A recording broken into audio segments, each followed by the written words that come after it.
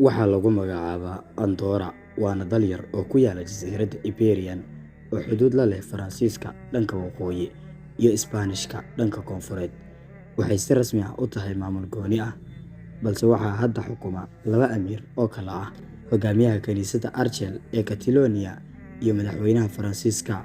Caasimadda iyo magaalada ugu weyn ee dalkan waa Andorra la Vella.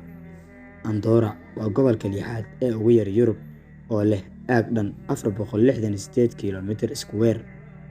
Waxaa ku nool dad lagu qiyaasay tiradooda 79,034 qof. Sidoo kale dalkan waa kan 16aad ee dunida ugu yar dhul ahaan, waana kan 11aad ee dunida ugu dadka yar. Luqadda rasmiga ah ee looga hadlo dalkan waa Catalan, laakiin Isbaanishka, Boortaqiiska iyo Faransiiska ayaa sidoo kale looga hadlaa dalkan.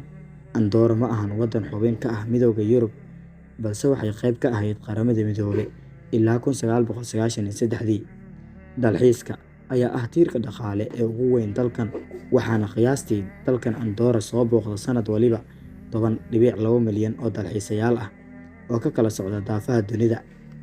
Marka laga eego dhanka waxbarashada, dalka Andorra, carruurta u dhaxaysa da'dooda 6 ilaa 16 jir waxa uu sharciga u baneeyay inay helaan waxbarasho buuxda oo ilaa heer dugsi sare ah, iyadoo isla markaana lacagtu ay bixinayso dowladda.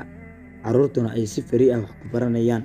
Halyeeyigii soo helay dalkan yar ee Andorra waxaa lagu magacaabaa Charlemagne, waxa uuna aasaasay sanadkii 805 ee taariikhda miilaadiga.